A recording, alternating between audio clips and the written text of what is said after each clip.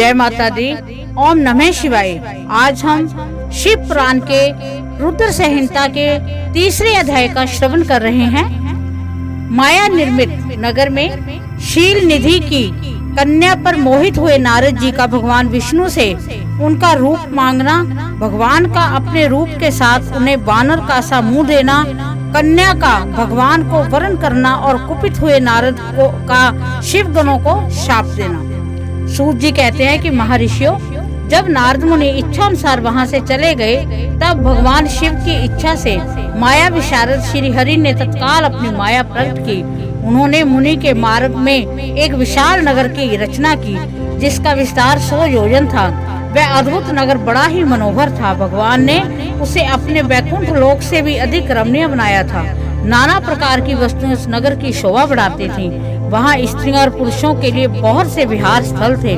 वह श्रेष्ठ नगर चारों वर्णों के लोगों से भरा था।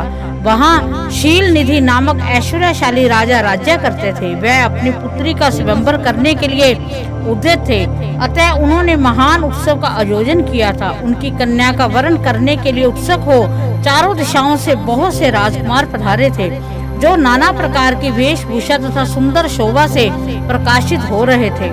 उन राजकुमारों से वह नगर भरा पूरा दिखाई देता था। ऐसे सुंदर राजनगर को देख नारद जी मोहित हो गए। वह राजा शील निधि के द्वार पर गए। मुनि शिरोमणि नारद को आया देख महाराज शील निधि ने श्रेष्ठ रत्नमय सिंहासन पर बिठाकर उनका पूजन किया। तत्पश्चात अपनी सुंदरी कन्या को, जिसका नाम श्रीमती था, बुलवाया और उससे नारद जी के चरणों में प्रणाम करवाया। उस कन्या को देखकर नारद मुनि चकित हो गए और बोले, राजन, ये देव कन्या के समान सुंदरी महाभागा कन्या कौन है? उनकी ये बात सुनकर राजा ने हाथ जोड़कर कहा, मुने, ये मेरी पुत्री है। इसका नाम श्रीमती है। अब इसके विवाह का समय आ गया है। ये अपने लिए सुंदर वर चुनने के निमित्त स्वयंवर में जाने वाली है। इसमें सब प्रकार के शुभ लक्षण लक्षित होते हैं। महर्षि, आप इसका भाग्य बताइए। राजा के इस प्रकार पूछने पर काम से विह्वल हुए मुनि श्रेष्ठ नारद उस कन्या को प्राप्त करने की इच्छा मन में लिए राजा को संबोधित करके इस प्रकार बोले, भोपाल, आपकी ये पुत्री समस्त शुभ लक्षणों से संपन्न है, परम सौभाग्यवती है।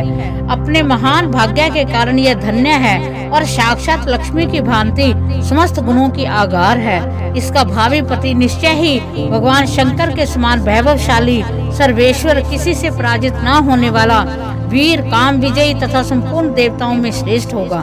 ऐसा कहकर राजा से विदा ले इच्छा अनुसार विचरने वाले नारद मुनि वहां से चल दिए। वह काम के वशीभूत हो गए थे। शिव की माया ने उन्हें विशेष मोह में डाल दिया था। वह मुनि मन ही मन सोचने लगे कि मैं इस राजकुमारी को कैसे प्राप्त करूं। स्वयंवर में आए हुए नरेशों में से सबको छोड़कर ये एकमात्र मेरा ही वरण करे, यह कैसे संभव हो सकता है? समस्त नारियों को सौंदर्य सर्वथा प्रिय होता है। सौंदर्य को देखकर ही वह प्रसन्नता पूर्वक मेरे अधीन हो सकती हैं, इसमें संशय नहीं है। ऐसा विचार सुनकर काम से विह्वल हुए मुनिवर नारद भगवान विष्णु का रूप ग्रहण करने के लिए तत्काल उनके लोक में जा पहुँचे। वहाँ भगवान विष्णु को प्रणाम करके वह इस प्रकार बोले, भगवान, मैं एकांत में आपसे अपना सारा वृतांत कहूँगा। तब बहुत अच्छा कहकर लक्ष्मीपति श्री हरि नारद जी के साथ एकांत में जा बैठे और बोले, मुने, अब आप अपनी बात कहिए। तब नारद जी ने कहा कि हे भगवान, आपके भक्त जो राजा शील निधि हैं, वह सदा धर्म पालन में तत्पर रहते हैं। उनकी एक विशाल लोचना कन्या है जो बहुत ही सुंदरी है। उसका नाम श्रीमती है। वह विश्व मोहिनी के रूप में विख्यात है और तीनों लोकों में सबसे अधिक सुंदरी है। प्रभु, आज मैं शीघ्र ही उस कन्या से विवाह करना चाहता हूँ। राजा शील निधि ने अपनी पुत्री की इच्छा से स्वयंवर रचाया है, इसलिए चारों दिशाओं से वह सहस्रों राजकुमार पधारे हैं। हे नाथ, मैं आपका प्रिय सेवक हूँ, अतः आप मुझे अपना स्वरूप दे दीजिए, जिससे राजकुमारी श्रीमती निश्चय ही मुझे वर ले। सूत जी ने कहा कि महर्षियों, नारद मुनि की ऐसी बात सुनकर भगवान मधुसूदन हंस पड़े और भगवान शंकर के प्रभाव का अनुभव करके उन दयालु प्रभु ने उन्हें इस प्रकार उत्तर दिया। भगवान विष्णु बोले, मुने, तुम अपने अभिष्ट स्थान को जाओ। मैं उसी तरह तुम्हारा हित साधन करूंगा, जैसे श्रेष्ठ वैद्य अत्यंत पीड़ित रोगी का करता है, क्योंकि तुम मुझे विशेष प्रिय हो। ऐसा कहकर भगवान विष्णु ने नारद मुनि को मुख तो वानर का दे दिया और शेष अंगों में अपना जैसा स्वरूप देकर वे वहां से अंतर ध्यान हो गए। भगवान की पूर्वोक्त बात सुनकर और उनका मनोहर रूप प्राप्त हो गया समझकर नारद मुनि को बड़ा हर्ष हुआ। वे अपने को कृत्य मानने लगे और भगवान ने क्या प्रयत्न किया है इसको वे समझ न सके। फिर मुनि श्रेष्ठ नारद शीघ्र ही उस स्थान पर पहुंचे जहां राजा शील निधि ने राजकुमारों से भरी हुई स्वयंवर सभा का आयोजन किया था। विप्रवरों राजपुत्रों से घिरी हुई वह दिव्य स्वयंवर सभा दूसरी इंद्र सभा के समान अत्यंत शोभा पा रही थी। नारद जी ने उस राज्य सभा में जाकर बैठ गए। वहां बैठकर प्रसन्न मन से बार बार यही सोचने लगे कि मैं भगवान विष्णु के समान रूप धारण किए हुए हूँ, अतः वह राजकुमारी अवश्य मेरा ही वर्ण करेगी, दूसरे को नहीं। मुनि श्रेष्ठ नारद को ये ज्ञात नहीं था कि मेरा मुख कितना कुरूप है। उस सभा में बैठे हुए सब मनुष्यों ने मुनि को उसके पूर्व रूप में ही देखा था। राजकुमार आदि कोई भी उनके रूप परिवर्तन के रहस्य को ना जान सके। वहां नारद जी की रक्षा के लिए भगवान रुद्र के 2 पार्षद आए थे जो ब्राह्मणों का रूप धारण करके गूढ़ भाव से वहां बैठे थे। वे ही नारद जी के रूप परिवर्तन के उत्तम भेदों को जानते थे। मुनि को काम वेश से मूढ़ हुआ जान वे दोनों पार्षद उनके निकट गए और आपस में बातचीत करने लगे, उनकी हंसी उड़ाने लगे। परंतु मुनि तो काम के विह्वल हो रहे थे, अतः उन्होंने उनकी यथार्थ बात भी अनसुनी कर दी। वह मोहित हो श्रीमती को प्राप्त करने की इच्छा से उसके आगमन की प्रतीक्षा करने लगे। इसी बीच वह सुंदरी राजकन्या स्त्रियों से घिरी हुई अतःपुर में वहां आई। उसने अपने हाथ में सोने की एक सुंदर माला ले रखी थी।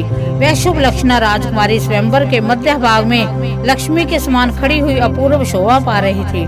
उत्तम व्रत का पालन करने वाले वह भूप कन्या माला हाथ में लेकर अपने मन के अनुरूप वर का अन्वेषण करती हुई सारी सभा में भ्रमण करने लगी। नारद मुनि का भगवान विष्णु के समान शरीर और वानर जैसा मुंह देखकर वह कुपित हो गई और उनकी ओर दृष्टि हटाकर प्रसन्न मन से दूसरी ओर चलेगी। स्वयंवर सभा में अपने मनोवांछित वर को न देखकर वह भयभीत हो गई। राजकुमारी उस सभा में भीतर चुपचाप खड़ी रही। अपने किसी के गले में जयमाला उसने नहीं डाली। इतने में ही राजा के समान वेशभूषा धारण किए भगवान विष्णु वहां आ पहुंचे।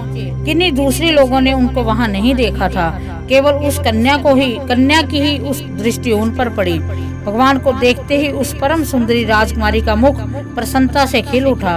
उसने तत्काल ही उनके कंठ में वह माला पहना दी। राजा का रूप धारण करने वाले भगवान विष्णु उस राजकुमारी को साथ लेकर तुरंत अदृश्य हो गए और अपने धाम में जा पहुंचे। इधर सब राजकुमार श्रीमती की ओर से निराश हो गए। नारद मुनि तो काम वेदना से आतुर हो रहे थे, इसलिए वे अत्यंत विह्वल हो उठे। तब वे दोनों विपर रूपधारी ज्ञान विशारद रुद्रगण काम विह्वल नारद जी उसी क्षण बोले।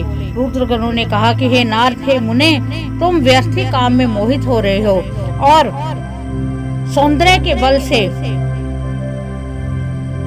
राजकुमारी को पाना चाहते हो। अपने वानर के समान घृणित मुंह तो देख लो। सूत जी कहते हैं कि महर्षियों, उन रुद्रगणों का ये वचन सुनकर नारद जी को बड़ा विस्मय हुआ। वे शिव की माया से मोहित थे।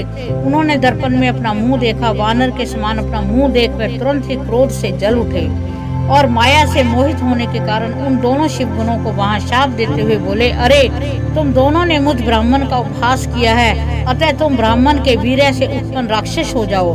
ब्राह्मण की संतान होने पर भी तुम आकार राक्षस के समान ही होंगे। इस प्रकार अपने लिए शाप सुनकर वे दोनों ज्ञान श्रोमणी शिवगण मुनि को मोहित जानकर कुछ नहीं बोले। ब्राह्मणों, वे सदा सब घटनाओं में भगवान शिव की ही इच्छा मानते थे, अतः उदासीन भाव से अपने स्थान को चले गए और भगवान शिव की स्तुति करने लगे।